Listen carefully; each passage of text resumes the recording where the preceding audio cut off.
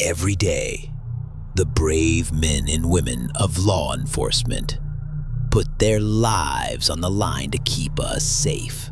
But when they sign up to protect and serve, sometimes they're also signing up for something different. To expect the unexpected. Because even in the midst of all the day-to-day patrolling and crime solving, sometimes things happen that are simply out of this world. Threats can come from places you would never expect. Today, we're looking at 3 police officers who had their lives changed after brushing up against the blurry edges of reality. You won't want to miss this one. Our first story comes from an officer in Iowa who prefers to remain anonymous. In fact, he said, and I quote, "I assure you, there never was nor will be an official statement or record with my name on it telling this story. For these reasons, we'll call him Dave." Back in 2014, Dave was serving as a deputy sheriff. His usual assignment was to patrol up and down the corridors of Highway 30 and Highway 13 around the eastern and southern sides of Cedar Rapids. Now, normally, there wasn't anything all that remarkable in his day-to-day life, but all that changed on July 1st. That day, a call went out to all available law enforcement. You see, there had been a tragic accident. Someone had drowned near the Quaker Oats plant. The Quaker Oats plant is actually the largest sorrel mill on the planet. It sits on the northern side of the city, alongside the Cedar River and nearby Cedar Lake. It was here that a young man around 16 or 17 had been pulled into a storm drain. Officers and other first responders were looking for his body, which must have followed the storm drain into the nearby watershed. Now, even though the Quaker Oats plant is near downtown Cedar Rapids, certain stretches along the shore of the Cedar River are actually heavily wooded. In fact, on the east side of the river near to the plant sits Mohawk City Park, a popular recreation destination for people in the greater Cedar Rapids area. Cedar Rapids area. But despite this heavy forest cover in certain parts, it is not exactly an isolated area. There's usually plenty of foot traffic, which makes what Dave experienced even more remarkable. And since the storm drain where the missing person was reported empties into Cedar Lake, well, Dave's job was to look for the victim near this portion of the search radius. And as soon as he arrived on the scene, Dave parked his cruiser at the electric company's storage yard and set out on his mission to help locate the young man.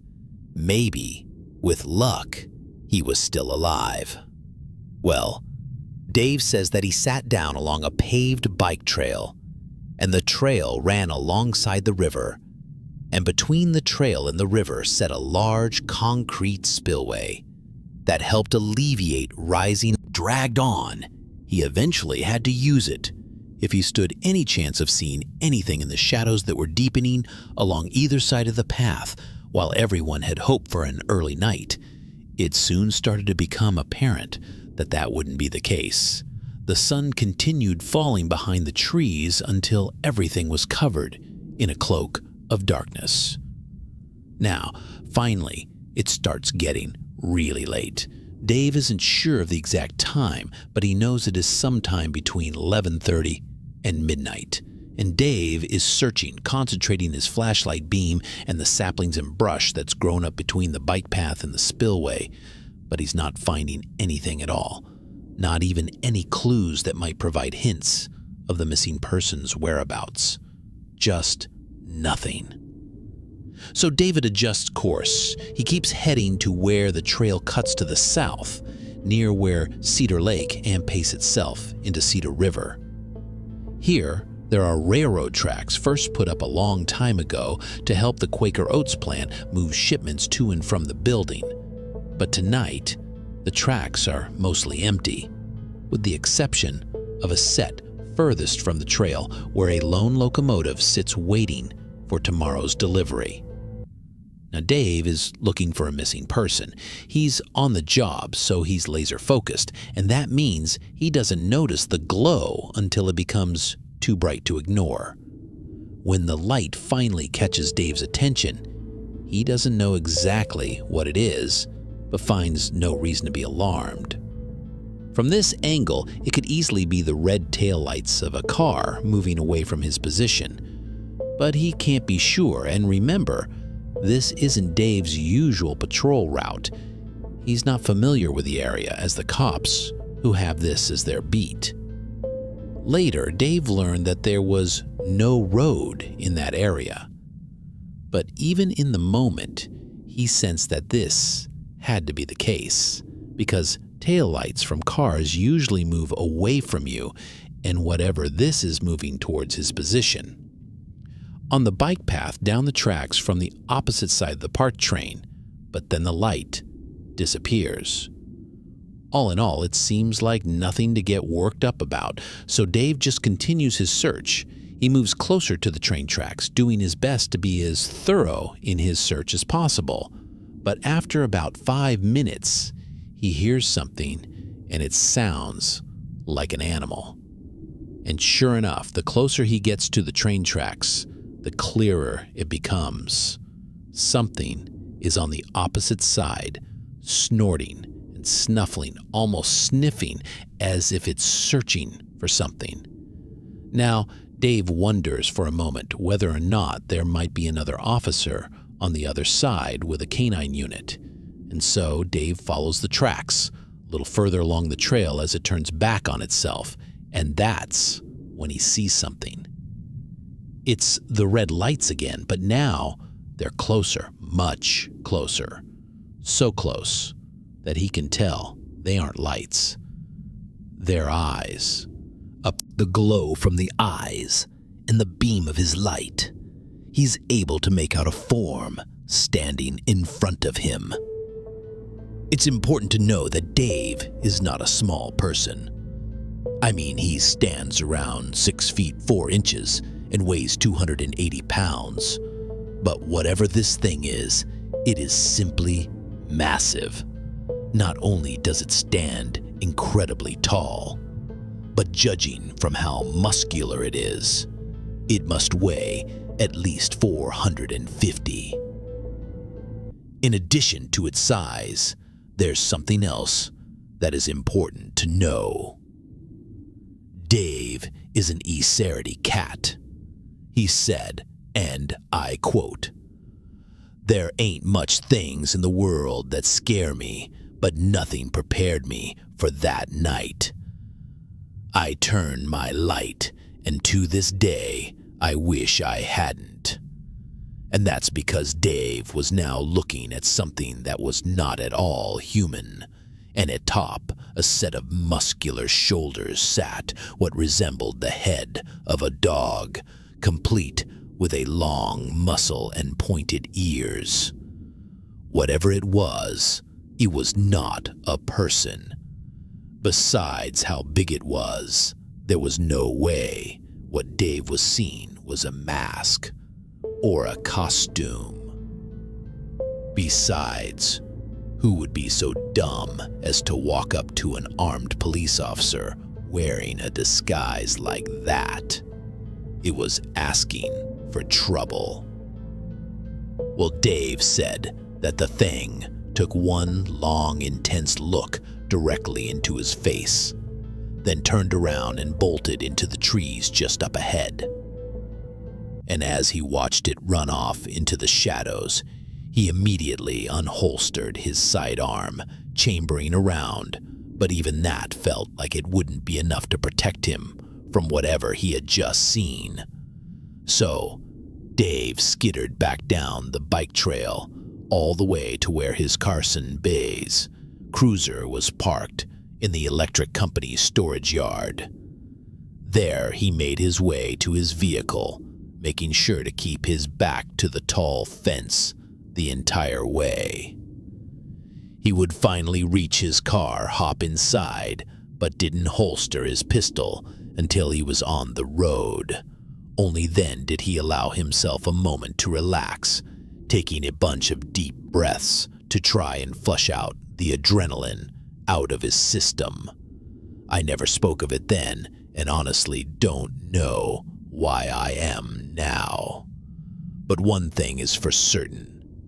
It knew I was there, and it was watching my every move. I'll never go back, and I no longer work with the department since becoming a minister. But I still carry a Glock with hollow point rounds tipped with silver.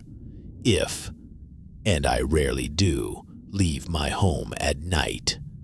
Exactly what Dave saw the night of July 1st, 2014, in Cedar Rapids remains a mystery. He obviously thinks it's a werewolf, while others Dogman, extremely close to one of America's urban centers. Unfortunately, the identity of the animal, or creature, or being that Dave saw that night remains unknown. In 2011, a sheriff's deputy by the name of Kevin was just sitting in his squad car just outside the city of Burlington, Wisconsin. And unlike Dave from the last story, Kevin had seen some strange things during his time in law enforcement. In fact, Kevin saw Dogman on a few occasions himself, which Linda Godfrey shared in her book, Monsters Among Us, but we'll talk about those settings of his another time, because today we're focusing on what might have been the strangest thing he ever experienced. Yes, even stranger than Abovoa, Betelwolf. It had been a clear grand day, but now the sun was setting, and Kevin had just pulled into his cruiser into a gravel lot on the northern side of town. The lot offered parking for people wanting to do a little outdoor recreation, offering easy access to a footpath that skirted alongside an expansive Murio Men marshland and into a dark, hilly forest that led deeper into the Wisconsin wilderness, perfect for a drug deal. But Kevin was still on the clock. No recreation for him. He was trying to get a head start on some paperwork. So, Kevin sat there, his engine idling, the only grand vehicle in the entire gravel parking lot, and set to work. Now, he hadn't been filing forms for long when he glanced up and noticed something strange. The last time he had looked through the windshield, everything had been normal. But now, mere moments later, something had started oozing up from the direction of the marsh. And there, among the lily pads and cattails, something inexplicable had manifested. It seemed to be a thick, green haze. Kevin moved in his seat for a better look. He couldn't see anywhere that the mist was coming from. It wasn't pouring out of a hole in the ground or even steaming up off the water on the marsh. It was just there, as if had simply just popped into existence. And now Kevin is watching as this green mist suddenly starts shifting and changing. A moment ago, it had been still, but now the thick clouds of green grand vapor were kind of just rolling out of the marsh towards the gravel parking lot, straight in the direction of his parked squad car. Kevin wasn't about to drive away, but he wasn't about to hop out of the vehicle for a better look. Instead, he balanced his Christian curiosity and caution and just sat there, watching as the low coils of green haze kind of just rolled closer toward him. and astonishment as each piece of equipment inside his cruiser died one by one. Although his engine remained running, the RPMs dropped dramatically to the point where they barely registered on his dashboard. The headlights dimmed until they barely cast any light on the gravel in front of him. And then the computer screen went dark, followed by the portable police radio. Moments earlier, it had registered as fully charged, and now the battery was completely depleted. He held his breath. What was going to happen? Would the green mist find its way into his cruiser? If it did, what would happen? Was it toxic? As the minutes ticked on, Kevin fought the urge to drive away, but since the RPMs had dropped so low, he knew that even if it was still running, the engine was somehow being affected by this green vapor that had engulfed his vehicle. The last thing he needed was to put unnecessary stress on the engine and have it die. Then he'd really be in trouble. So Kevin just waited, and it felt like an eternity. But finally, after lingering for what felt like forever, the green mist kind of repositioned itself, and slowly the clouds retreated, and the thick haze set off on a course north in the direction of the wilderness. It simply dissolved into the forest, and moments later, every last electronic component in the car recovered, including the portable police radio. Now, Kevin never knew exactly how long the entire event lasted, because he never looked at his watch, but he would later tell Linda Godfrey that it didn't feel very long. But that's not the entire story. In fact, Kevin said, "When I parked in the light, there was still pink in the core sky to the west. But when the haze was gone, the sky was dark, black." It was near the end of the shift, about 10 p.m. Luckily, I was not dispatched to any calls at the time, since I would not have been aware of their mutations. The fact that Netum, my communication equipment, worked. Looking back on it now, the period that the haze was near me seemed to be a very short time span. But it seemed as though the end of my shift came too quickly. I did not realize it at the time. At the time, this seemed as though it was a matter of minutes, but looking back on it, crazy as it may sound, it could have lasted for a half hour. I do not really know. And as unsettled as Kevin's encounter with the green mist had proven, it wasn't the last time he and these strange clouds would cross paths. He would experience the exact same thing less than a year later, and this time, Kevin was once more in a parking lot. The location was different, and he was sitting in his cruiser near the boat ramp at Fisher County Park on Burlington's east side along Browns Lake. He watched as an identical green mist manifested near the marine area to the west, then took off with seemingly intelligent control. Kevin was apparently too far away this time for the mist to notice him. It never approached his squad car, and because of that, he never experienced any electronics malfunction, nor any of the unsettling time discrepancies noticed in his first encounter. Now, by all estimates, both his internal sense of time and the clock in his car indicated that only a few moments had passed, but the experiences that Kevin endured still left him wondering exactly what he had seen on those two occasions outside Burlington. In that regard, he's just like us. Sometimes yuns, bussy yuns. There are no answers. Now for our final story, we head north over the border into Ontario, Canada. Unlike our last two officers, this time the witness was off duty. The man, who was 50 years old, only identified himself by the initials JS, but his story has been authenticated by researchers, whatever that means. For now, we'll call him Jack. First, a little background on Jack. It's easy to see why researchers were able to put so much faith in his sighting. I mean, after all, Jack had served as a law enforcement officer in Toronto for more than 28 years. He's a family man and is no stranger to the outdoors. He's like your typical avatar of many of these people who experience these kinds of things. I mean, he started shooting at the age of 7, hunting at N9, and in the years since, he has tracked and bagged just about everything there is to legally hunt in the Canadian wilderness, including bear and moose. And it was on one of these moose hunts that he got more than he bargained for. You see, it was late. 2003.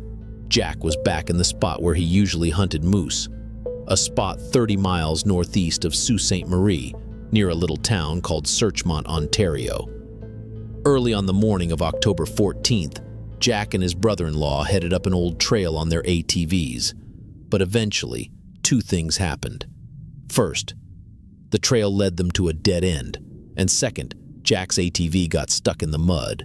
And after a lot of effort, Jack and brother-in-law managed to free the vehicle, and the 2 of them separated.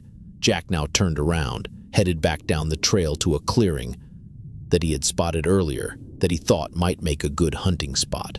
So after just a little bit of driving, Jack arrives at the site around 7:45 in the morning and realizes that he was absolutely right. Here, he has a clear view for about 200 yards both to the north and to the south. And now Jack is getting to work. He puts out some scent on the trees that have a moose cow and heat to lure in the bulls. And when he's finally ready, he pulls out his horn and sounds some moose calls. Now, when all is said and done, it's now 8:05 in the morning. All he has to do, folks, is just sit there and wait. Unfortunately, it starts raining within 10 minutes, and Jack is frustrated because he doesn't want to get his firearm wet.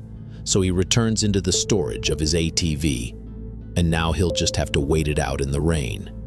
And keeping an eye out for a moose the entire time and hope that he can retrieve his gun in time for a shot.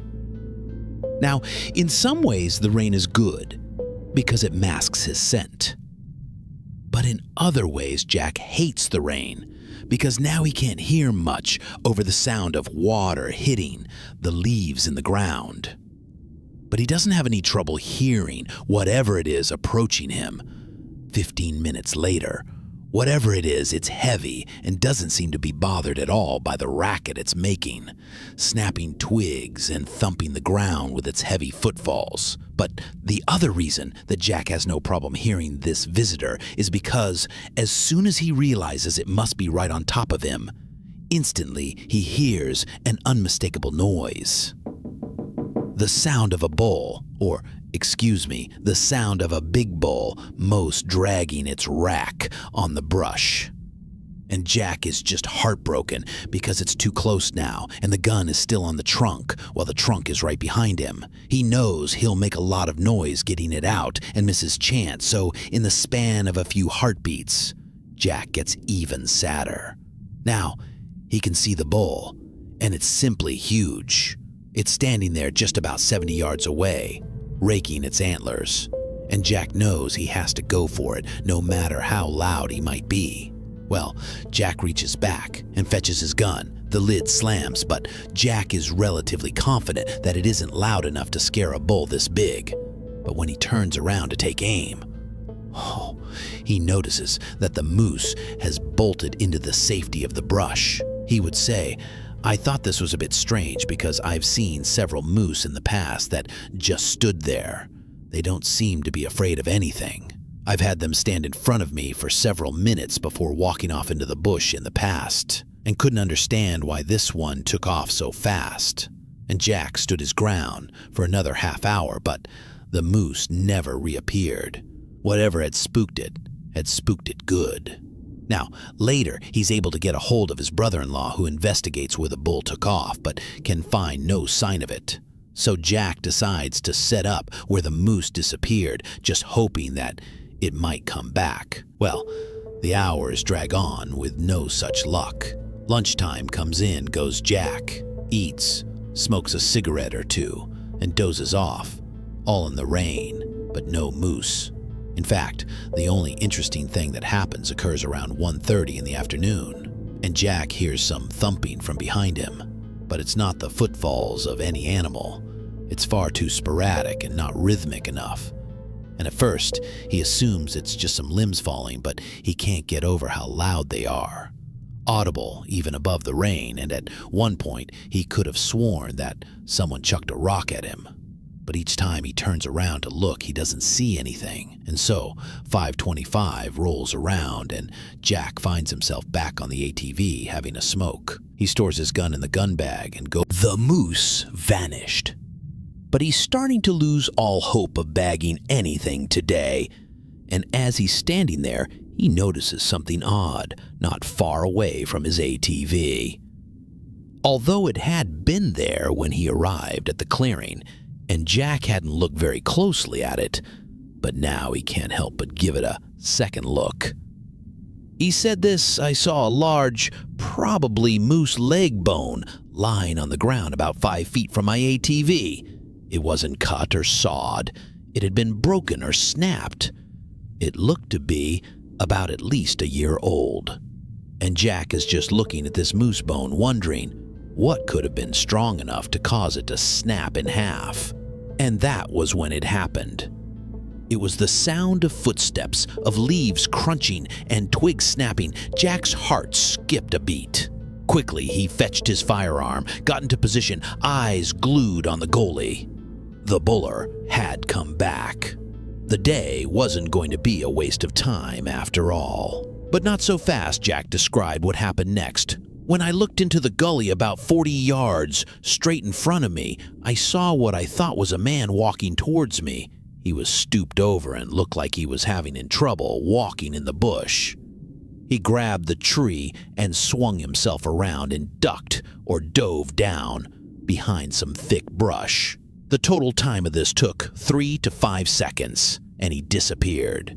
It looked to me as if he was dressed all in black with a black TK or a bakaba on his head. It looked like he was wearing a jacket, and the front of his jacket was open halfway, and I could see a different color of lining showing around the neck area. It looked like it was a light gray or almost blue on a chest area in the shape of a V. I got the impression he was trying to get out of sight. Jack couldn't get a good look or a good read on anything else, but there was something about this person. There was nothing nearby for scale, but he seemed to be roughly the height of an above average man. But Jack didn't notice one other thing. The arms seemed to be just a little too long. That and the size of the man's hands seemed too big. They were clear to see as the man grabbed a nearby tree, which he used as a leverage to swing around into the thicker cover of the bush. Now, the size of the tree trunk had been at least 4 inches wide, and the hand grasped the entire circumference effortlessly. The other thing that Jack noticed in that brief moment was how muscular the man looked. Certainly, Dwayne "The Rock" Johnson isn't hanging out here, right? And he would later describe him as like Arnold Schwarzenegger in a ninja suit. There was definitely no fat on him, unlike me, and all he could see was the different muscle groups on his upper body and the arms bulging out. He could see that it had a washboard stomach, and now, taking all this into account, the length of the arms, the size of the hands, the intensity of the man's physique, Jack found himself second. Other hunter wearing any orange was that a dark jacket he had spotted darting between the trees? Or was it a thick layer of black or brown hair soaked through the skin with rain? As if in response to Jack's thought, a long howl sounded from off to his left in Krubori, the direction that the figure had vanished. It dragged on Hora-ar and sat for around maybe 10 to 15 seconds before ending in a kind of cough. And Jack would say this: "That was no bear. That was no wolf. That was no moose." It sounded like a wolf howl, but much deeper than any wolf I've ever heard.